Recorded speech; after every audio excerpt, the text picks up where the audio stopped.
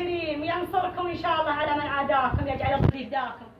أنا بنت هذا الوطن، مأخوذ من بيتي يا ولد عبد العزيز. شرعنا بيت لنا 20 سنة، لنا 20 سنة في ذا البيت، بيت قديم في حي الدخل المحدود. والمرة اللي شرعنا منها راحت المحكمة واشتكتنا، قالت البيعة باطلة، يا منا نشتريها منها كان رخيص، والحين طمعت يا ابو فهد وتبغى تاخذ بيتي مني.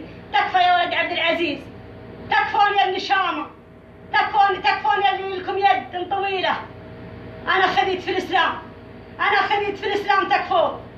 بيتي مأخوذ مني 7 سنين ويا ذا المرة، وكل ما جينا بالخلص سوت لها سالفة جديدة وكذبة جديدة وزورت. آخر شيء الأسبوع اللي راح مزورت لها صك، مطلعت صك تزوير، تبي تطلعني أنا ورعاني من بيتي.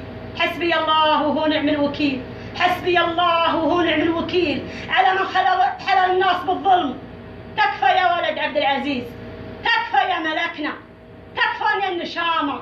أنا داخلة على الله ثم عليكم، أنا داخلة على الله ثم عليكم. أرسلت لك يا طويل العمر برقية ما وصلتك، أرسلت لك كل حاجة ما وصلتك. أنخى الله ثم أنخاكم، ومن يقدر يساعدني لا يخليني. لا تخلونا من عطاكم ولا من عطفكم علينا.